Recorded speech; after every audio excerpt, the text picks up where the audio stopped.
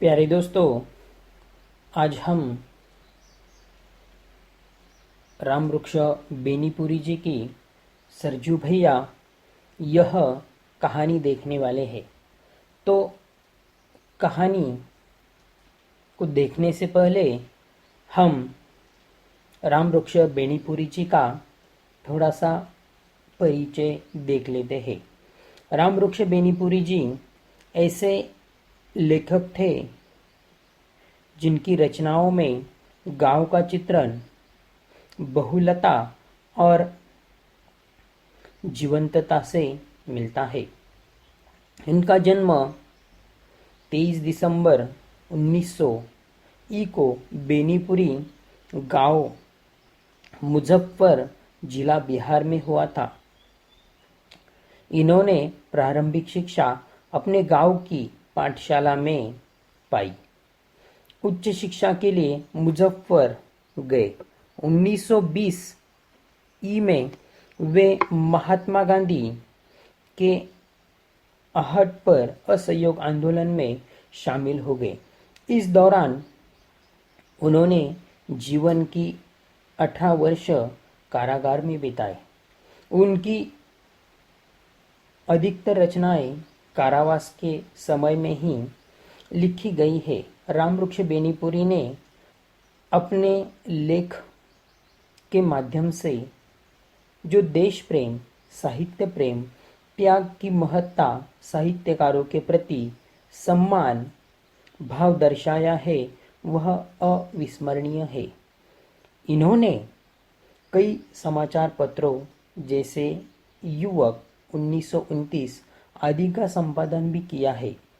वे हिंदी साहित्य के शुक्लोत्तर यानी कि आचार्य शुक्लोत्तर युग के प्रसिद्ध साहित्यकार रहे हैं। राम वृक्ष बेनीपुरी जी का निधन 9 सितंबर 1938 ई को मुजफ्फर बिहार में हुआ। इनकी प्रमुख रचनाएं संस्मरण तथा निबंध, पतितों के देश में,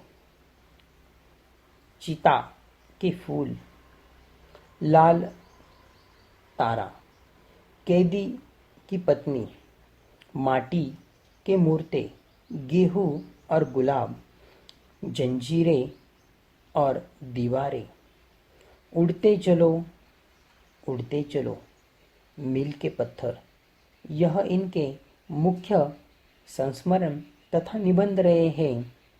प्यारे दोस्तों, इन्होंने नाटक भी लिखे हैं। अम्बपाली, सीता की माँ, संघमित्र, अमरज्योति,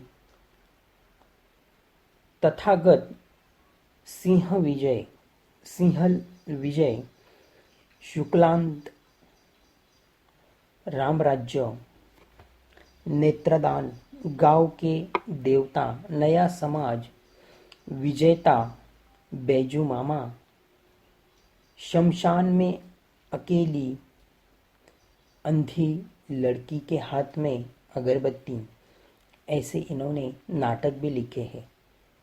इनकी जीवनी जयप्रकाश नारायण जी इन्होंने लिखी है। ललित इनका गद्य भी मिलता है।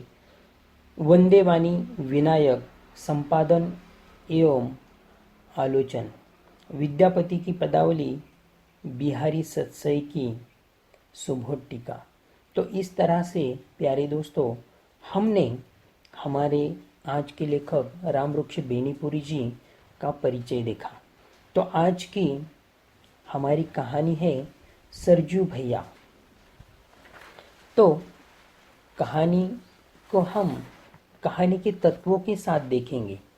तो पहले कहानी का कथा वस्तु आती है, दूसरा पात्र एवं चरित्र चित्रण होते हैं, तीसरा कहानी का मुख्य और महत्वपूर्ण मानने जाने वाला जो संवाद होता है वह हमारे लिए बहुत मायने रखता है, चौथा है देशकाल तथा वातावरण, पांचवा भाषा शैली यानी कि जो कहानी है इसकी भाषा शैली कैसी है, और अंतिम में उद्देश्य। इन 6 तत्वों के साथ हम हमारी जो कहानी है वह देखेंगे। तो प्यारे दोस्तों, कहानी के जो मुख्य पात्र है उनकी ओर बढ़ते हुए मैं आपको कथानक भी बताता हूँ। तो पहला मुख्य पात्र है सरजू भैया। सरजू भैया, उनके गांव में एक ऐसे इंसान थे जो बहुत बड़े थे। गांव के सबसे लंबे और दुबले पतले आदमियों में सरजू भैया की गिनती हो सकती है।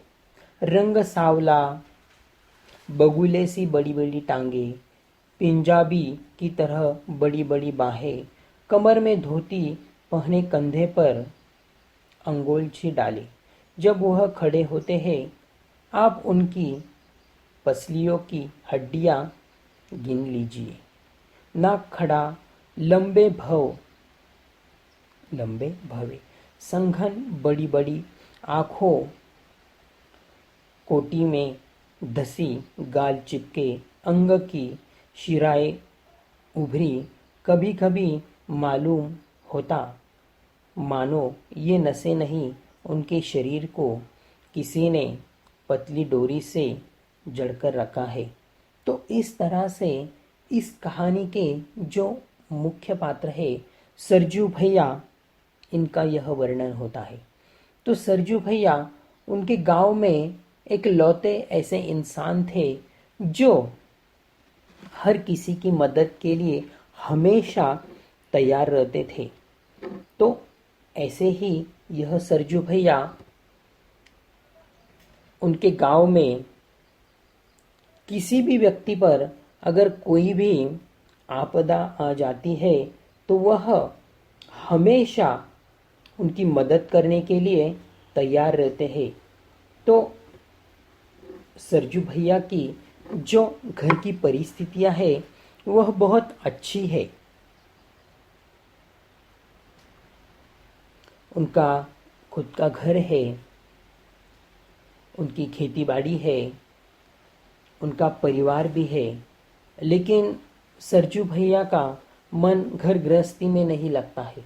वह हमेशा दूसरों की मदद करने में ही लगे रहते हैं।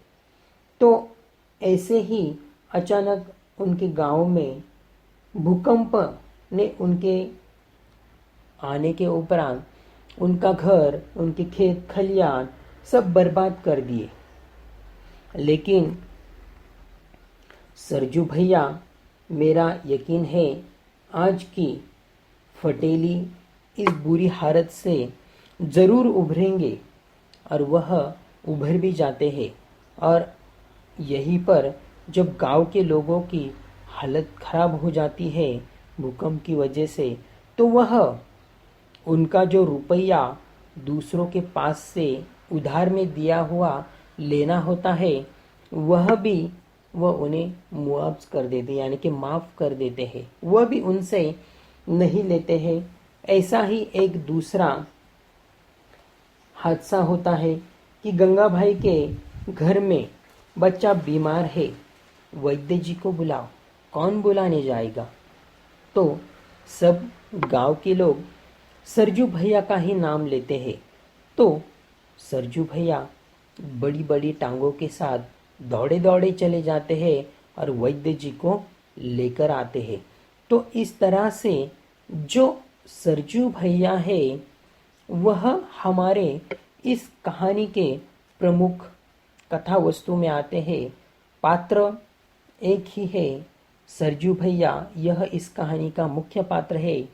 उनका चरित्र चित्रण हमने देखा कि वह बड़े हैं, दुबले पतले हैं, और जो कहानी का संवाद है वह अत्यंत शांत स्वरों में हमारे साथ आगे बढ़ता है।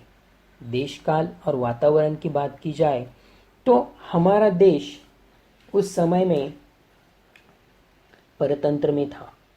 तो उस समय की जो परिस्थितियां थी उन्हें आप महसूस कर सकते हैं कि परतंत्र में जब हमारा देश था तब हमारे देश की स्थिति कैसी थी।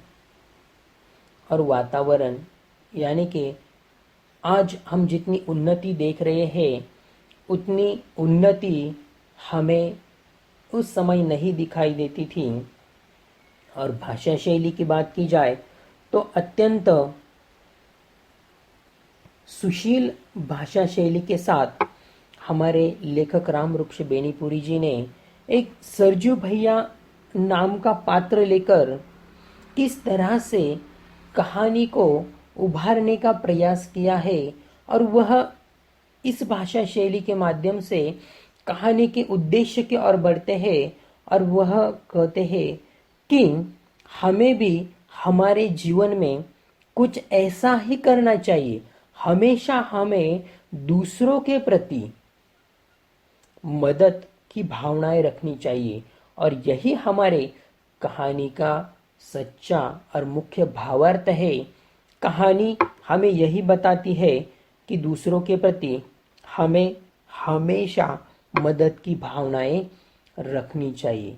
तो इस तरह से प्यारे दोस्तों, हमने जो कहानी देखी है रामवृक्ष बेनीपुरी जी की सरजू भैया, वह हमारे कहानी के 6 तत्वों के साथ देखी है।